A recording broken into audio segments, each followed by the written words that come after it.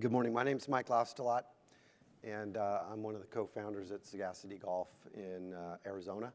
And I'm really pleased to be here today with Don Ray, the Secretary of the PGA of America and the owner of Augusta Ranch Golf Club in Mesa, Arizona.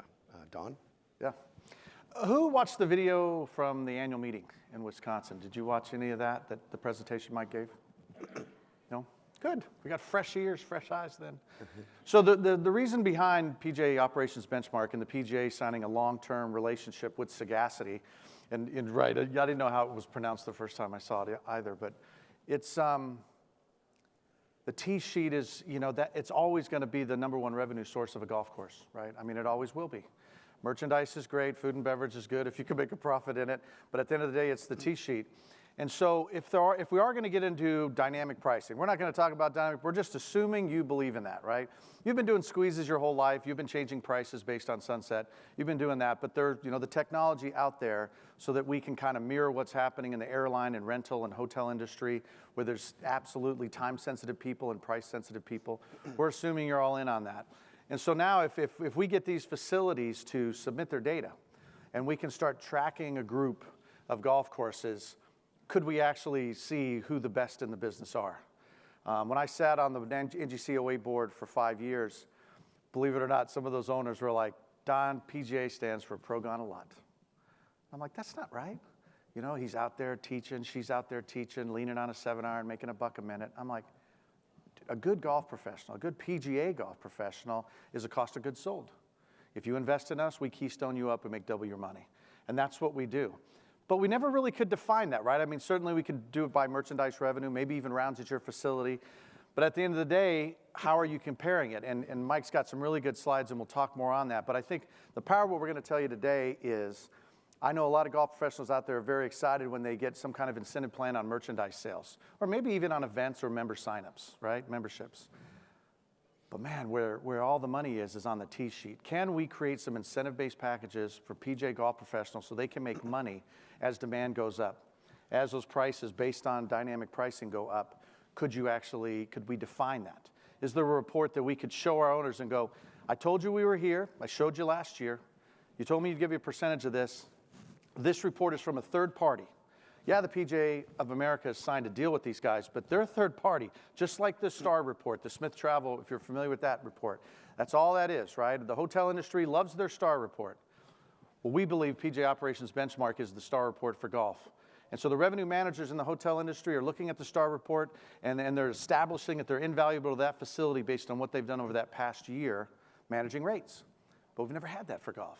So if we can show your employers, the owners' golf courses across the nation, that when a PGA professional has his hands on the wheel of a steering wheel and makes little small decisions based on rate, you make more money, and I'd like to enjoy that. Not just $100,000 in merchandise sales, but maybe 1.2 in green fee revenue. And so that's what this is all about, and that's why we built the relationship with Sagacity, and that's kind of why you built the product, right, Mike? I mean, when you first came to this, your stellar background in technology and everything you've done with tee sheets, but to be honest with you, this is the best thing you've ever done. Well, that's kind. It's I come enough about me, more about me kind of thing. No, sorry. This is really about building a tool that can change the life of a PGA member. This is about giving you the opportunity to demonstrate in real terms the value that you bring to the operation as measured by the way green fees perform, the way the revenue from your tee sheet performs. And as revenue goes up and down throughout the year, throughout the years, throughout the seasons, it's always about trying to outperform the market average. It's always trying to be about outperforming the competitive set. We'll talk about budgets, we'll talk about par, but we really want to talk about the competitive set. And really, it's going to take some time to bring this to the golf industry. I've been selling concepts and technology to the golf industry since 1993. But when I started helping golf courses move off of pencil and paper and onto electronic tee sheets. So, and even before that, I'm the son, grandson, nephew, and brother of members of the PGA of America. My grandfather was elected to membership in 1956. And there's been one of my family, a member of the PGA since that time. So your dad's in the Hall of Fame in Northern California. He is, yeah, he is. Cool. And so this, there's, yeah, it's just, it's. So real fast, I mean, raise your hand if you're at a public facility. Okay, raise your hand if you're at a private facility. Raise your hand if you're at a muni facility. If you didn't raise your hand, you don't have a job. I mean, are we all right? So whether public or private, this is going to apply. It's going to apply. I mean, yesterday we had a PAC meeting. And so that's the committee that actually oversees your golf courses. You guys own 2 golf courses right now. You own PGA Golf Club and you own Valhalla, right? Those are the 2 facilities we have. So whether I'm talking to Jeremy, who's running PGA Golf Club, and what he's doing with rates, okay, let's measure that. Let's start getting excited about that. And whether it's Keith, who runs Valhalla for you, you know, what's he doing with his unaccompanied rate? What is he doing with his guest rate? Are they actually pricing those by demand, or are they just going, it's $35, that's the way it is? Why wouldn't Saturday be more than Tuesday? Or why wouldn't 8 o'clock be different than 2 o'clock? So it doesn't matter. And right now, no doubt, Operations Benchmark, we're not quite there yet on the private side. We're getting really close, but we'd like private clubs to sign up now because we need some early adopters. You guys are here for a reason. You're probably a little bit of an early adopter, or at least you're an early riser. Yeah.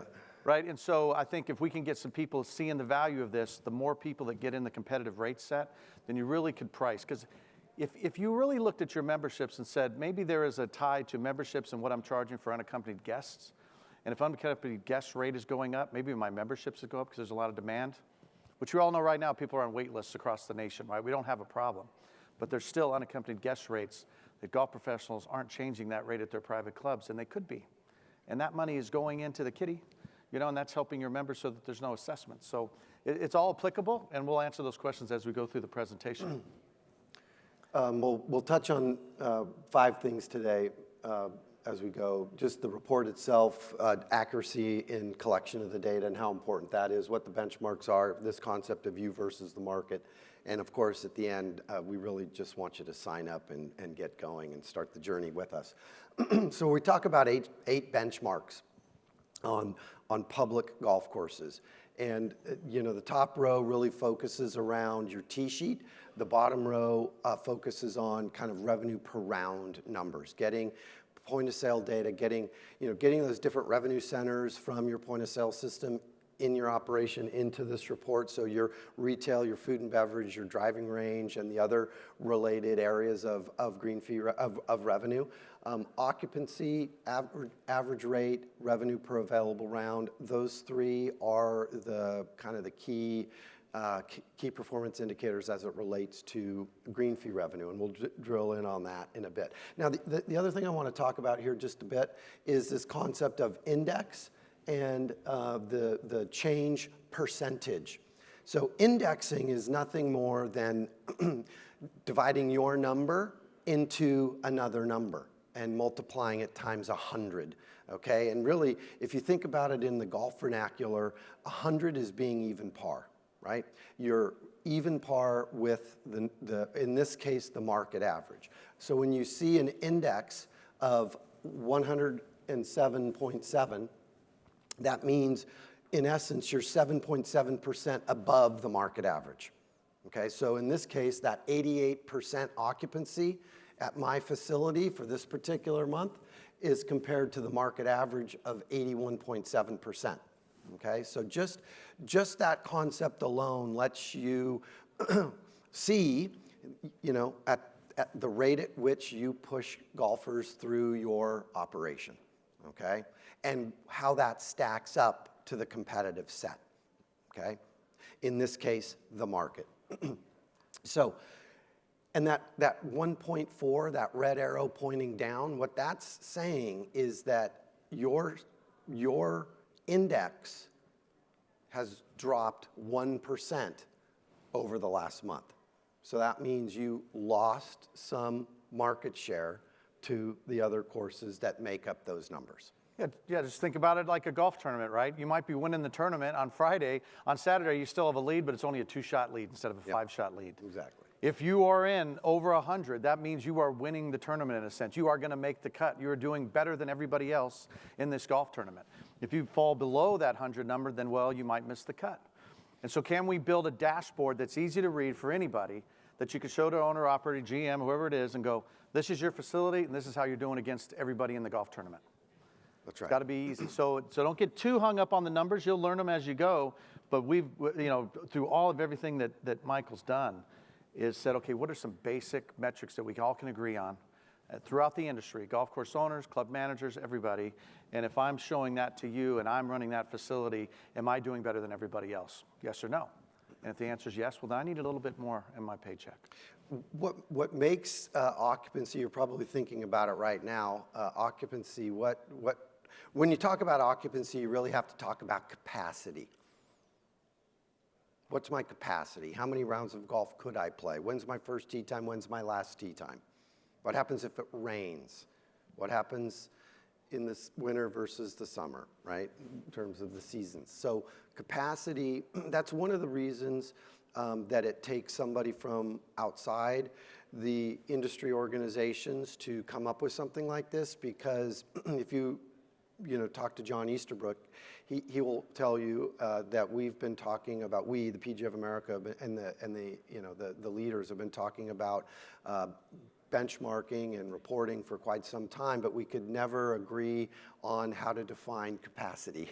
We could never agree on what's a round of golf, right? Is it a 9-hole start? Is it an 18-hole start? Is it a comp round? Is it a Barter round? Is that a round of golf? And so what we've basically done is we've said capacity, we begin calculating capacity the same for everybody. If you set up 10-minute intervals, if you're 7 and 8-minute intervals, whatever you are, we calculate it the same. And that means we start counting capacity 25 minutes after sunrise, and we stop calculating capacity 4.5 hours prior to sunset. All that's written in the program, all that's understood, all that's right there on the report. So 25 minutes after sunrise, 4.5 hours prior to sunset, and based on 28 players an hour. So 8 and 9-minute intervals is what we do. That's how we do it. You may do it differently at your golf course, but when it comes into this system, it gets converted, and that's the number, and it's the same for everybody. Okay? And a round of golf is a round of golf. If it's on the tee sheet, if it's checked in, we count it. Okay? So we'll drill down on that in a bit. So having everybody with the same baseline of capacity is how we begin that occupancy discussion. Average rate is revenue divided by rounds. Okay? Simple as that. Now, there's a bunch of rounds that go through the tee sheet at $0. Punch cards, annual passes, sometimes loyalty programs. Those rounds go into the tee sheet. Mr. and Mrs. Smith, annual pass holder, check them in, boom, they're off the first tee, 0 rate, right? So there's a whole process to get that data into the system as well. And we figured that out too. Because you want to take all your green fee related revenue and you want to divide it by all the rounds of golf played. And you want to actually spread it out so that you know by each rate category what contribution they're driving to that revenue number. Now, Revpar. Here's the trick question. Revpar. What's the difference between Revpar and average rate per round? Took me a long time to figure this out. Took Don a long time to figure this out, okay? And the simplest way to say it is Revpar takes all the green fee revenue, just like average rate does, but instead of dividing it by the rounds played, Revpar, you're dividing your green fee revenue by your capacity. Okay? So Revpar is baking in the unsold rounds on your tee sheet. Okay? So in an equation, it's super simple. It is average rate, in this case, $35.71, multiplied times 88%, because that's my occupancy. And that's why this number, Revpar, is about 88% of that number right there. So that's the number you take to the bank. That's the number you take to the bank. That's the number that speaks to how well I monetized my T-sheet, right? So like I told you, there's time-sensitive people and price-sensitive people, right? You're always trying to sort those, and a lot of times you do that at the golf shop counter when they're like, $100, are you kidding me? Well, you can play at 2 o'clock in the afternoon. So the way I look at Revpar is actually, are you utilizing your entire tee sheet? Are you building packages or programs or selling tee times to the price-sensitive people who maybe, should be playing later in the afternoon? You can always sell the morning tee times. And correct me if I'm wrong, Mike, but when I look at this right here, and if you guys can see it, this facility, boom, 107. They're doing better than everybody else in occupancy. They're sold out. They're not sold out. They're at 88%. But they're busier than everybody else. But then when you look at their average rate or their Revpar, they're at 50%. They're getting smoked. In this competitive rate set, their rate is way lower. And if this is a competitive rate set, and they're all pretty similar golf courses, this golf course is really busy, but they're charging way less than everybody else. Why?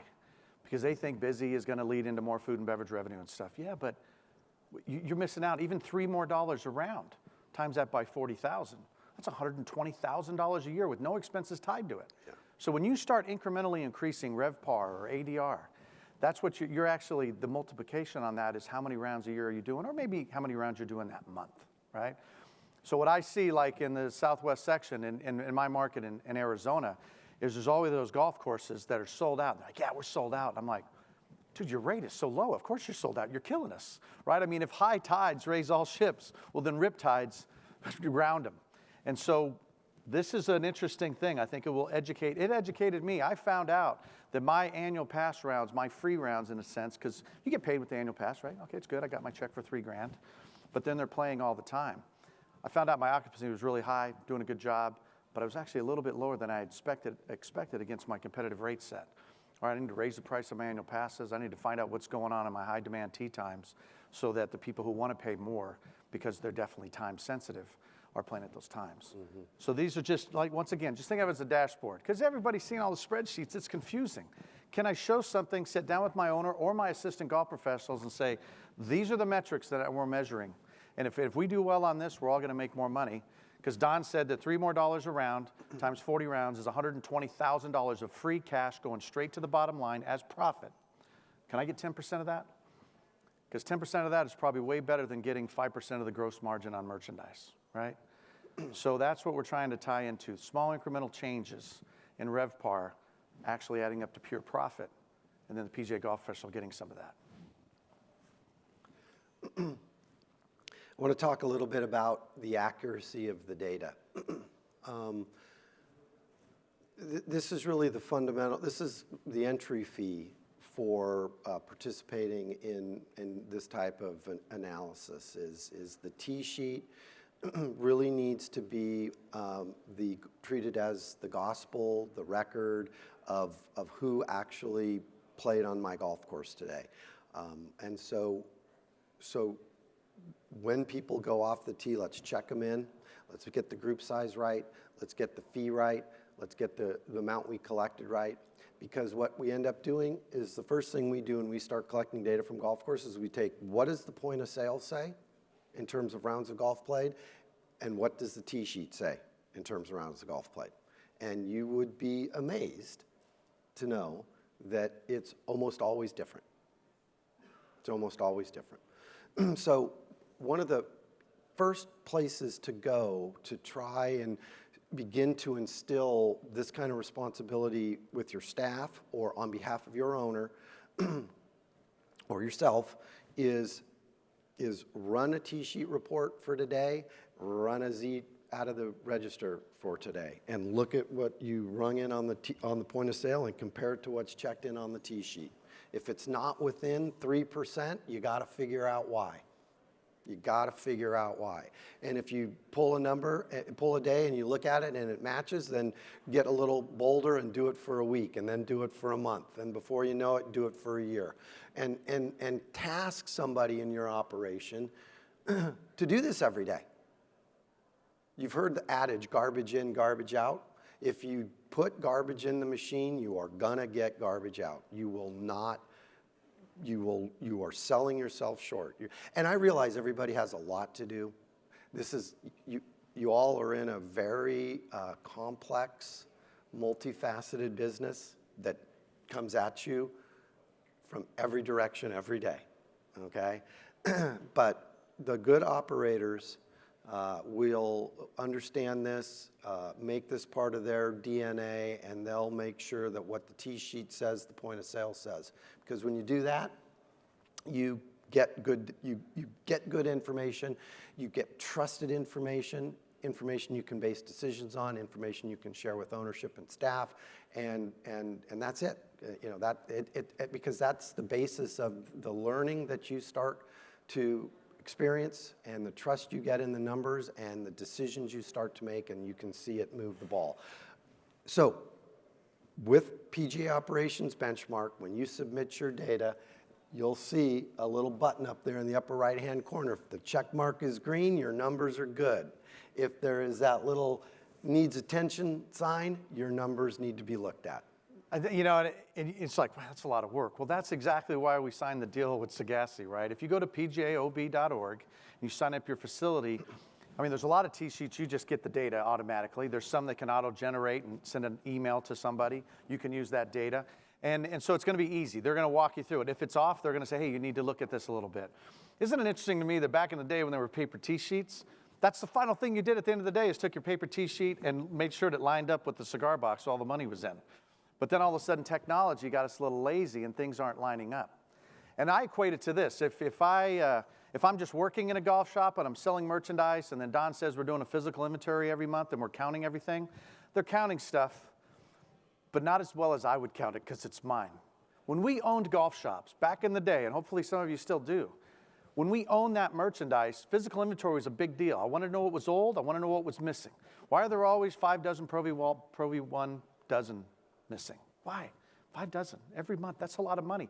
That's coming out of my pocket. It's coming out of Karen's pocket and Katie's pocket. It's my family's money. So when you own something, you want to make sure it's counted right. When you own the merchandise in a shop, you're the one who receives it. And if it's missing 5 shirts, you call the company and go, hey, why'd you short ship me? Right? We used to do that all the time. So if you're going to say, I'm going to make more money on the T-sheet, then you're going to say, I'm going to count all the inventory. I'm going to count all the merchandise. I'm going to count every tee time. I'm going to make sure that the golf professionals are ringing up everything accurately so that these numbers, those other numbers, the benchmark numbers, the dashboard numbers are accurate so that when I go to the owner and say, hey, this is what I made for you and profit last year, champ, I need a little bit of this, he's going to know that it's actually, or she's going to know exactly that it's accurate, just like you would if you own the merchandise. So let's take back ownership of the T-sheet. Let's treat that T-sheet as inventory, and I'm going to make sure it's all accounted for every month. And it's going to the right category so that I can manage it. Remember, if you measure it, you can manage it. So let's start managing the T-sheet a little bit better. The data's there, and you're going to extract the data for us, Mike, so I don't have that headache of running all those damn reports. And so you're going to do that. And so all I have to do is just click open your email every month. The first ones went out. Everybody who's already signed up to PGA Operations Benchmark, how many courses? We've got about 275. They got their email this week. Oh, yeah. And for the first time, they all got an email of how they're doing in the competitive rate set, which is awesome. And it's just going to grow because as the data gets wider, we can actually manage it even better. Yeah, and let me just talk about what constitutes your competitive set. Our number one job next to the accuracy of the data is the confidentiality of the data. We don't own the data. The PGA of America doesn't own the data. You, the golf course owner and operator, own your data.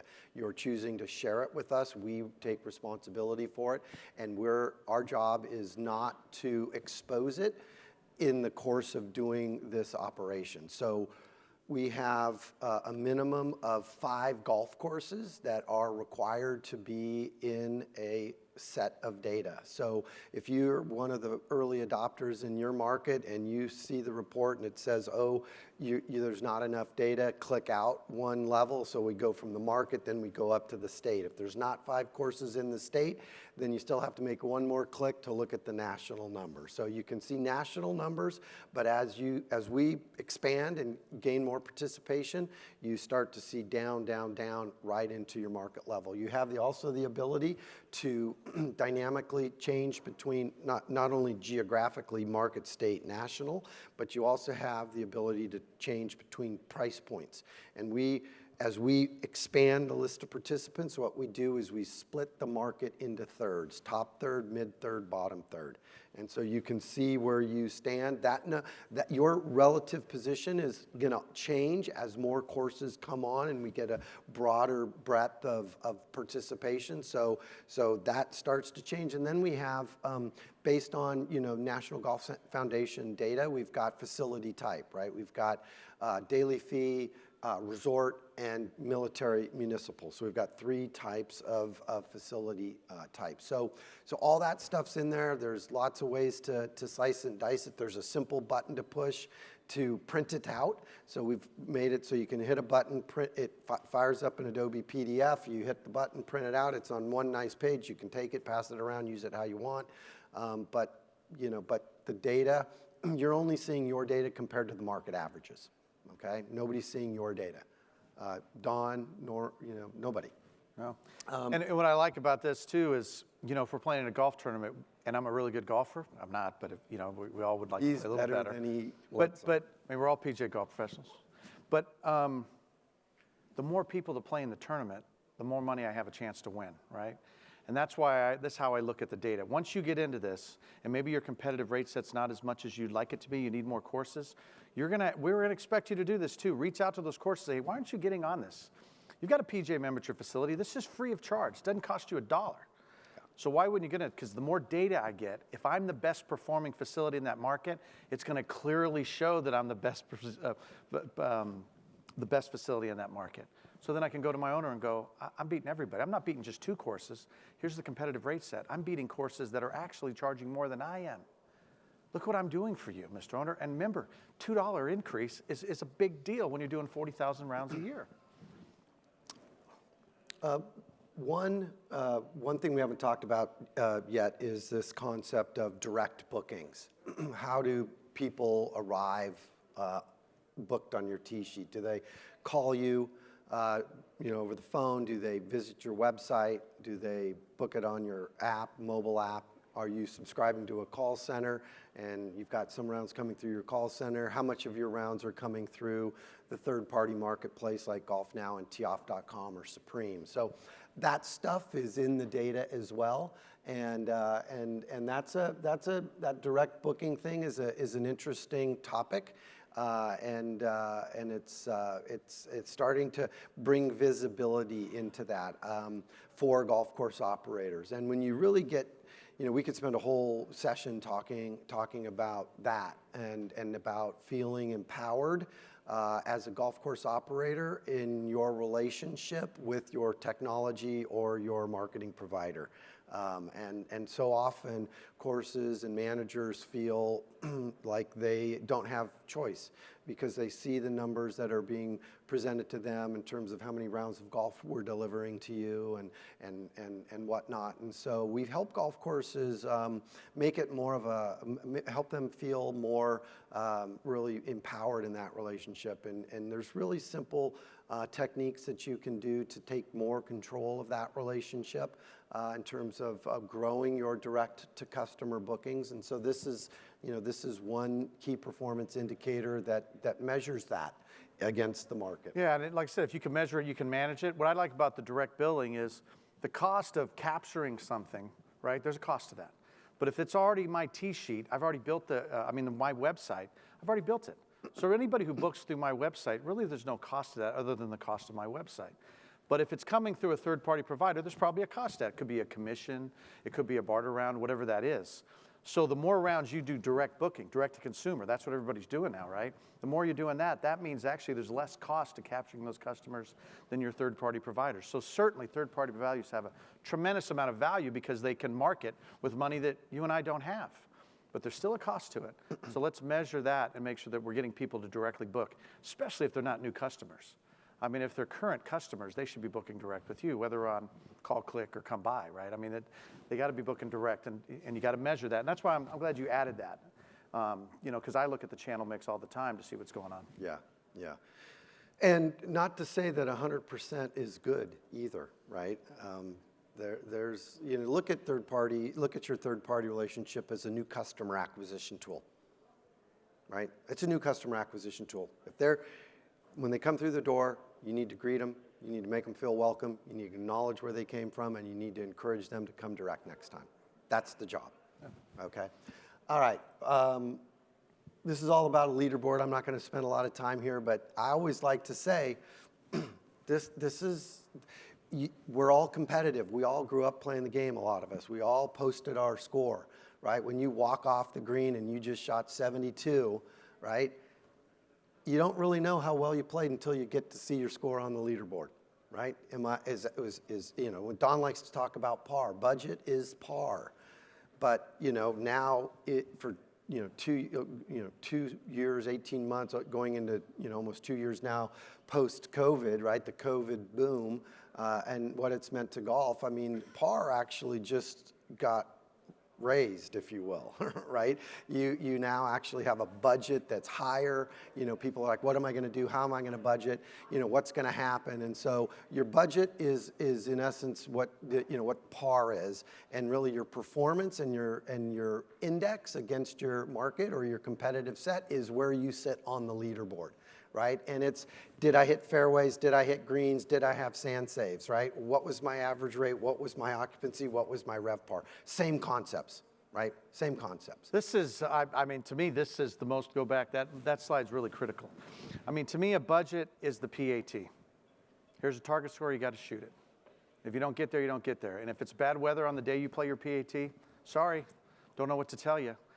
And so right now, right, rounds were up 2 years ago, 14%. This last year, 6%. Going down a little bit, right? Still, we got the surge. We're doing awesome. Your bosses are going to force you to write budgets that are really aggressive. Because why wouldn't they? That's what we want to do. There's always a high bar that I'm trying to get over.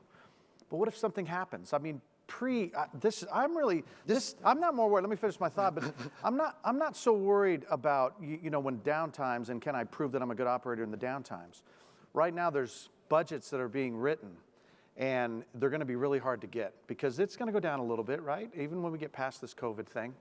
And so how am I going to measure my success against everybody else? Because I'm probably going to miss out on getting budget because it's too high. So when I look at the leaderboard, I look at it, you know, we look at a tour leaderboard and it says Titleist next to their names, right? And we know who plays the Titleist ball.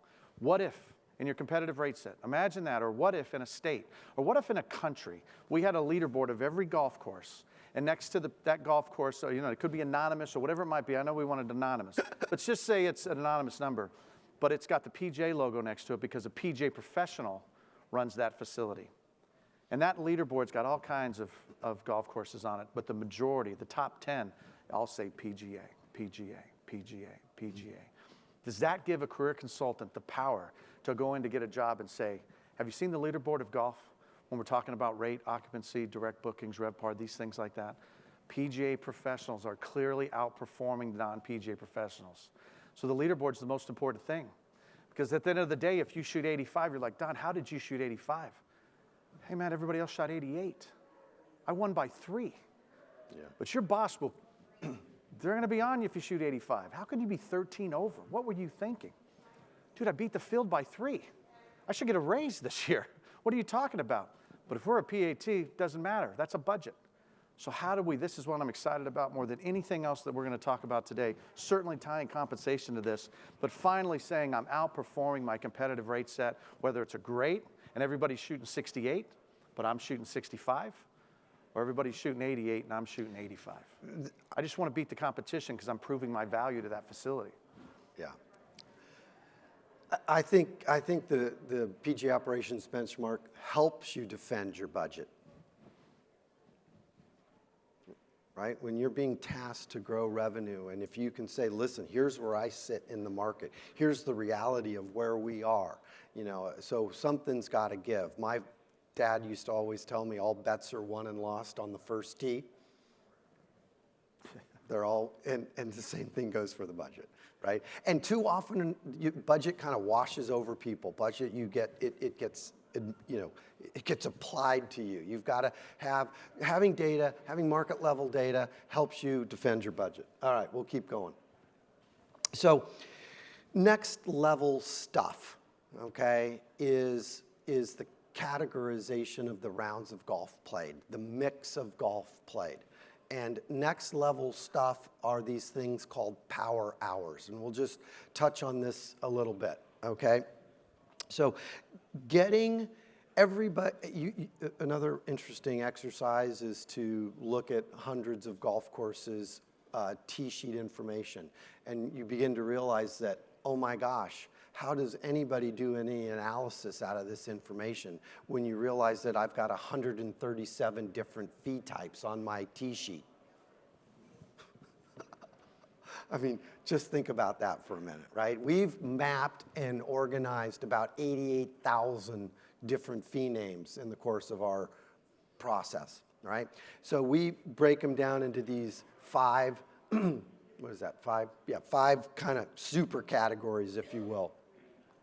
Cardholder or loyalty, comp and barter, okay? It used to be really easy to tell the comp rounds versus the barter rounds until they went to prepaid with COVID.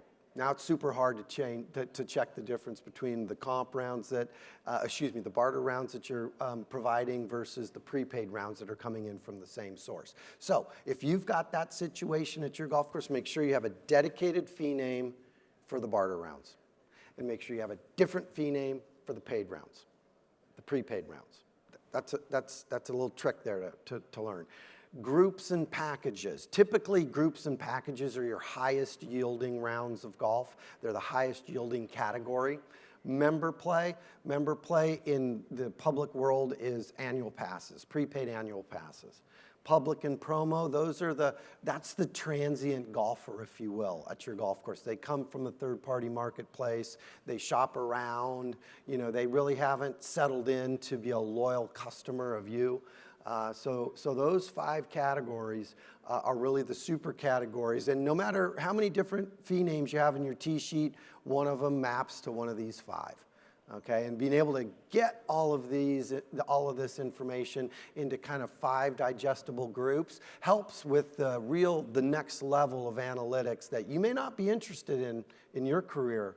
But hopefully, through the course of time, we're going to get more and more of that capability into this organization. Okay, there's a whole crop of young people coming, and we need them to start understanding this. You, the current leadership, need to try to find people to nurture along this path and to get them to start to understand this information. So I'm going to also talk about one other thing here, this thing called power hours.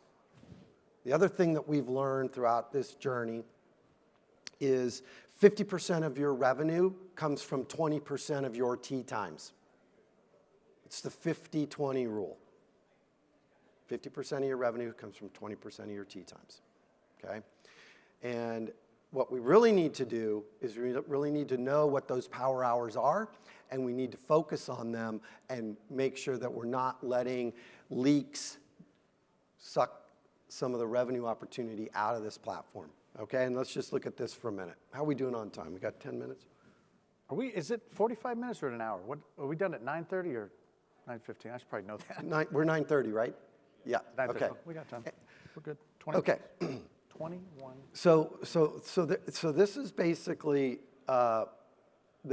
when you drill down to the top 5% in the Phoenix market, there's 171 hours in the first quarter of the year.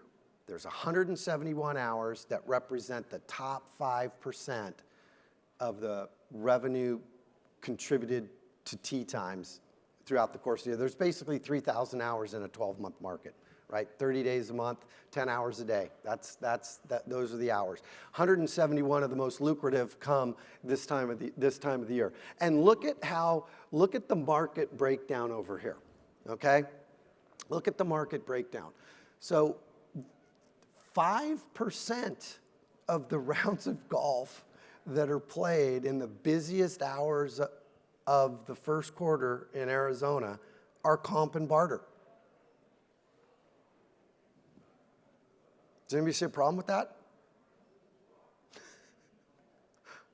I don't know. I mean, I think so, right? Right? I know 11% is not good. If I'm running that percent, I'm like, why are we giving it away when we're the most busiest?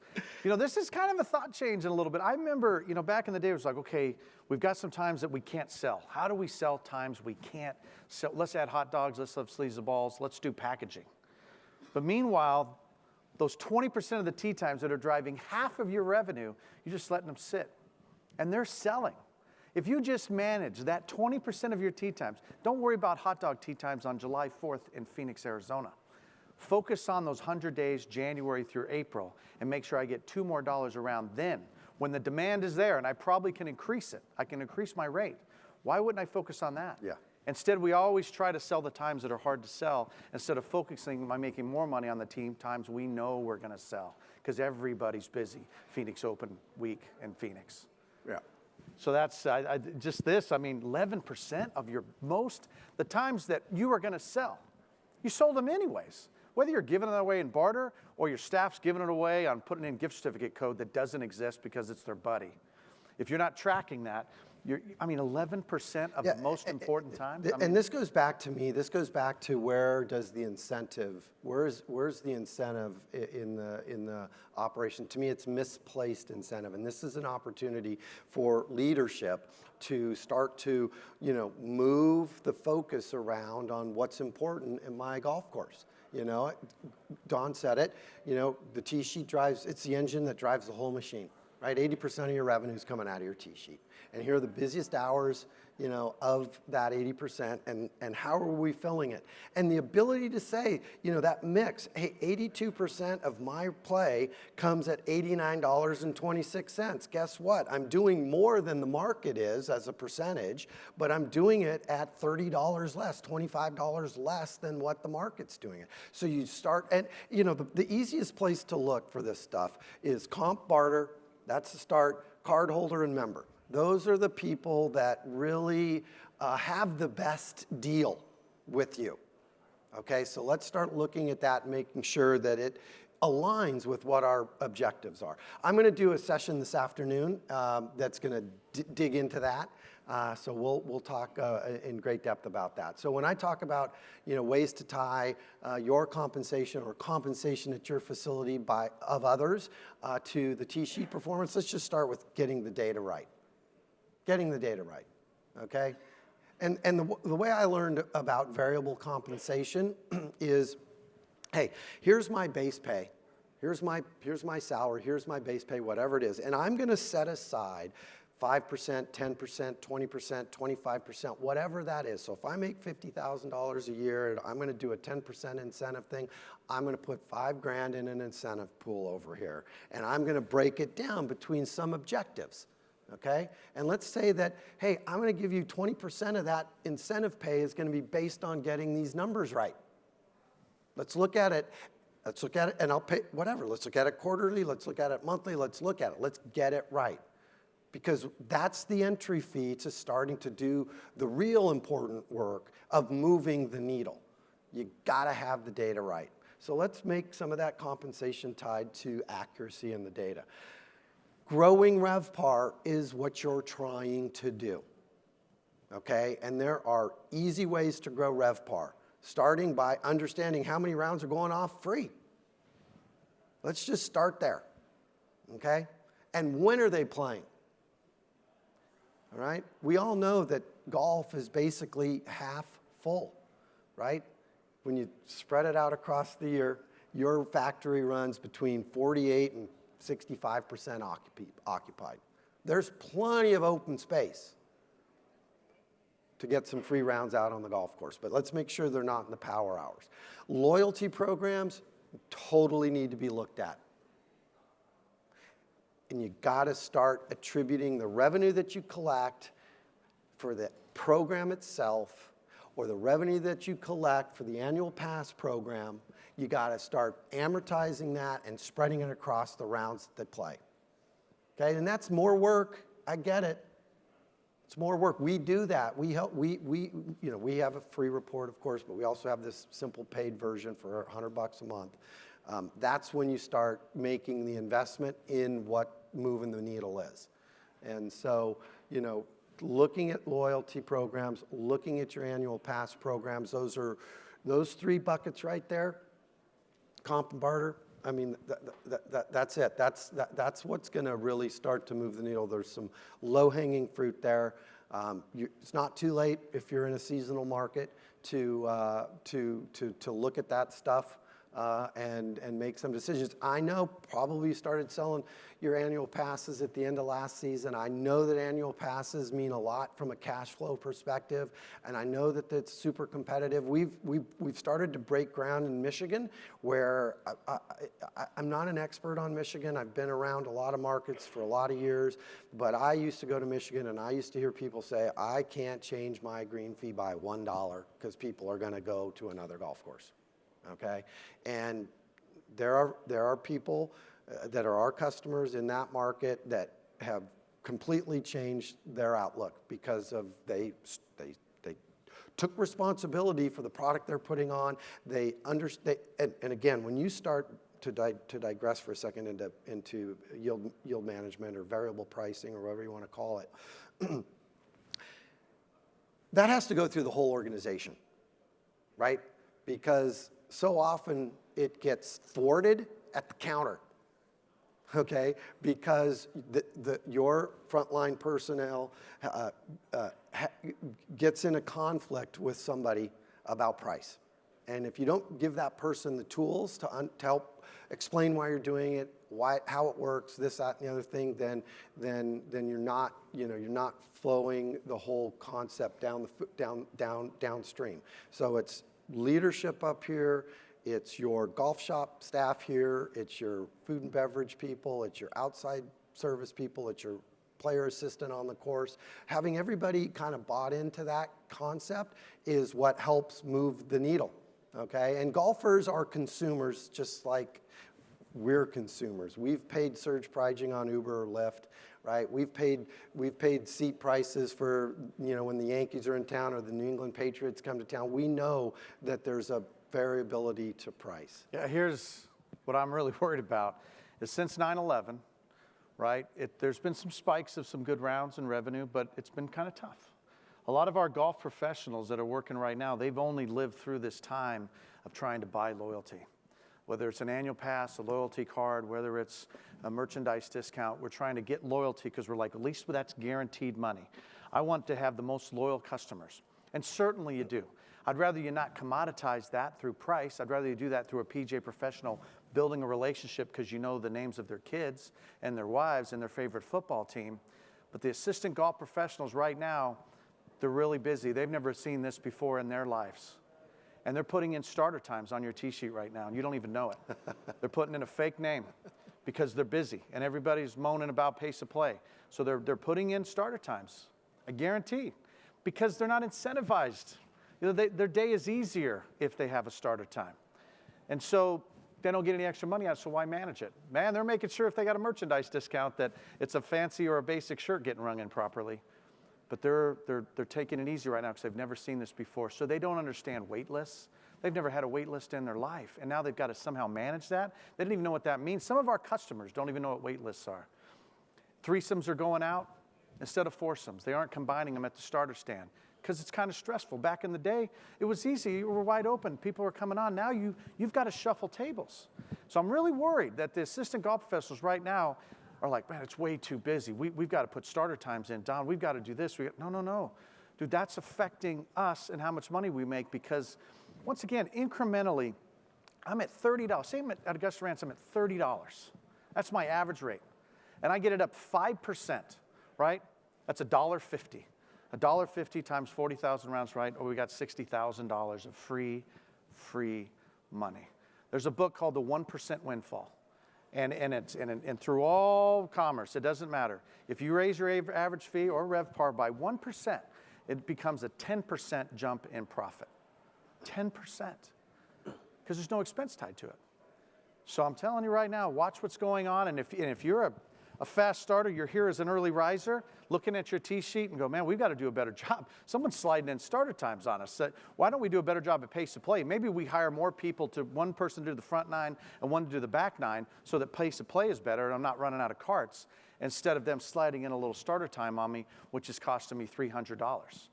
$300 one time a day, all of a sudden after 30 days. I only have 100 days in Arizona to make money. So that's why I think tying incentives to tee times in Revpar is actually going to make us manage the sheet like we used to when we were squeezing times. Nobody wants to do a squeeze anymore. Man, that's where we made our money back in the day. You're always squeezing somebody in. They don't want to squeeze in. What are you talking about, squeeze? We're going to be late on the tee. It's okay. They'll hit more balls. If they're really mad, I'll give them 4 free beers. They're going to love me forever. We got to get back to maximizing those 20% of the tee times. Just focus on that. Get your team involved. You're exactly right. It has to be a department meeting, throwing out this benchmark report going, this is where we're at against the competition, guys. We're getting smoked. What's going on? What do you think's going on? Well, why are these green jacket guys at Augusta Ranch, we call them, they got golf passes. Why do they get the first 4 tee times of the day? I could sell those easy. Can I put them on the back 9 and work them in when they make the turn? I don't know. But I'm certainly going to look at what I'm doing with my tee sheet. Our pros, they never had to do this. Their entire last 20 years, they've never seen demand like this, and they don't know what to do with it. So we've got to train them up and say, I'll tell you what we do with it, like back in the day. We start squeezing people, and when we do, our occupancy goes up. And all of a sudden, because I only have a certain amount of tee times, you just told me you're measuring it the same way regardless of my interval. So if I throw a squeeze, or I start a little bit earlier, or I can squeeze it a little bit later because my pace of play is good. That's helping those numbers. Yeah, let me make one clarification on that capacity calculation. Even though we stopped calculating capacity on the ends of the day, seasonally, so to speak, we still give you credit for every round of golf played, no matter where it plays. So we're counting every round, but we're just focusing the capacity on something that's predictable and that everyone can kind of agree on. Who's already signed up for PGA Operations Benchmark in the room? All right, this is who's going to go to PGA Operations Benchmark or PGAOB.org and sign up right now? Please. I'm telling Who still needs more convincing? Okay. Questions? Someone's got to have a question. Yes?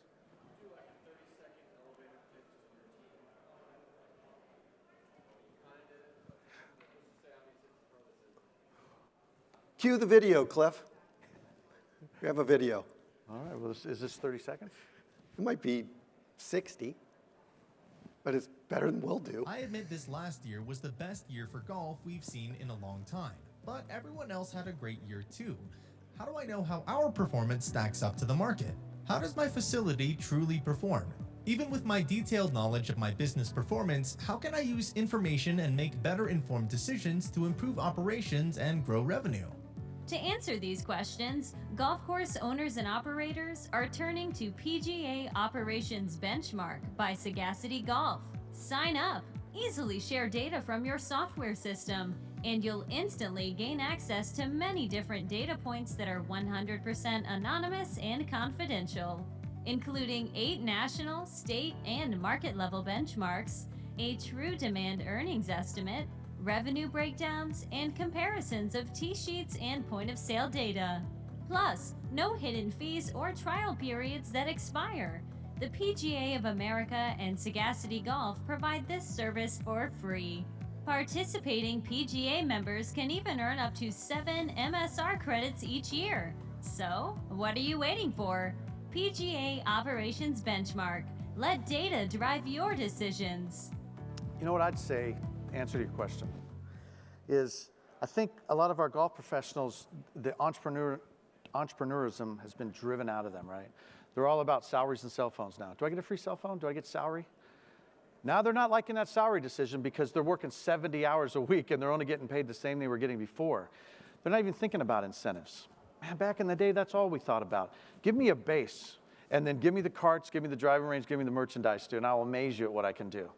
But that's been driven out of us. So my 30-minute, my 30-second talk with them would have been, who wants to make more money? So how do we do that? As a golf course owner, if the golf course makes more money, I'll gladly share in that, as soon as I know that you're vested. So I'll tell you what, let's start measuring tee times now, because that's the thing that makes me the most. Stop worrying. I mean, merchandise is merchandise. Definitely, let's get our logo out there and brand our facility. But if I show them, okay, you're so happy to get 5% of the gross margin on merchandise sales. Last year we did 120,000. Cost of goods sold was 70%. This is what your check was. If we can raise our average rate this year by $1.50, I can tell you $1.50, I'm going to make $60,000 more dollars. I'm going to share that with you. It's pure profit. There's no expense tied to that. I'm going to give you 20% of that. I'll give you half of it.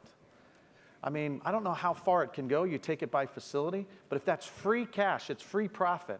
And now I know that you're going to count every ball, because you're going to count every tee time, just like you're counting the merchandise that you might own.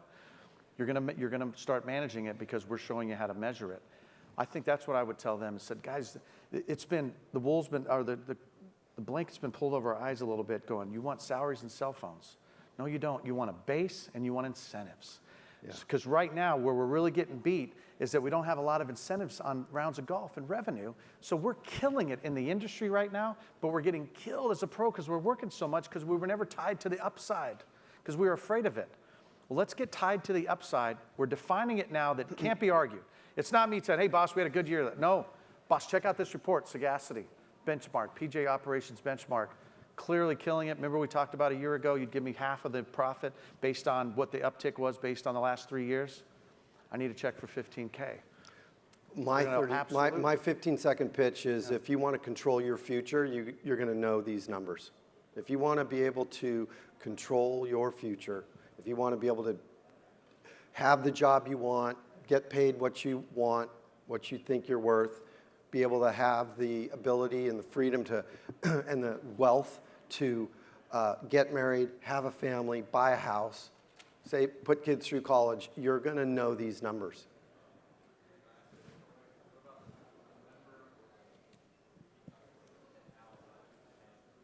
So he said, what about the repeat customer who's paying different prices all the time?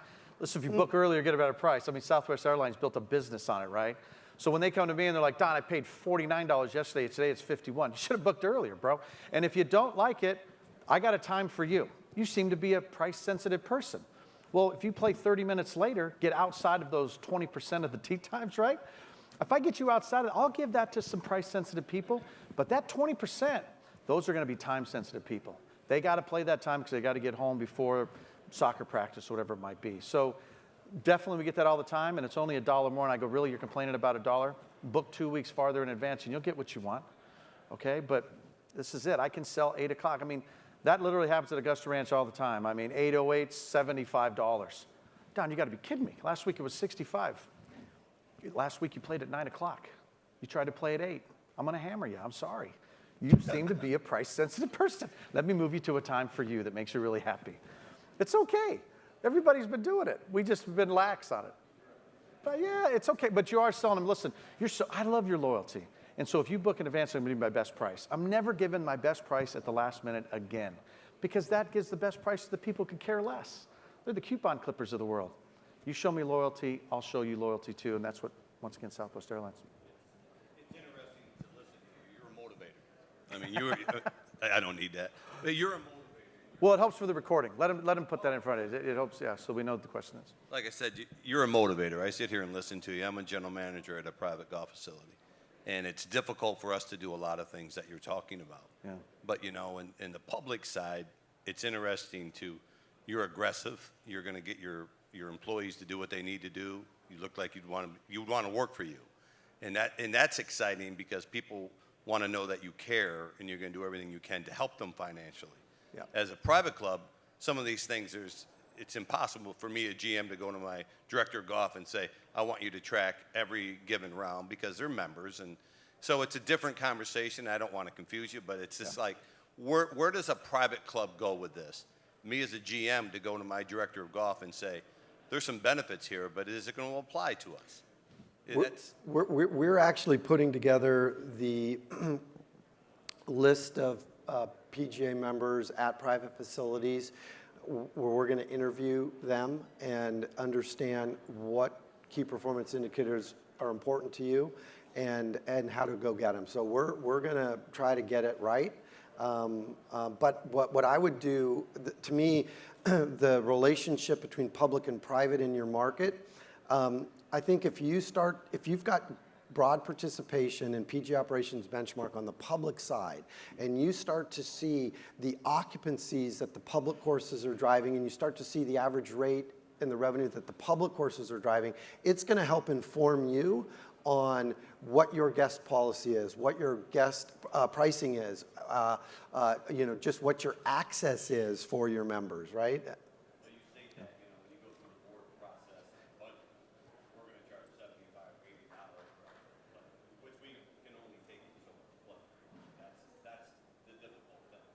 Yeah, yeah. We do a lot of tournaments. We have a lot of outside plays. Mm-hmm. That's where we get our outside revenue we track. Yep. So all right. it's all member. Yeah. Absolutely. We got a pace and play problem. Yeah. Okay. It's at 9:30. 9:30. Thank you. If you have any questions, come on up. We'll be outside as the next group comes in, but love to answer them. PGAOB.org. Please sign up. Yeah. On behalf of your fellow members. Thank you.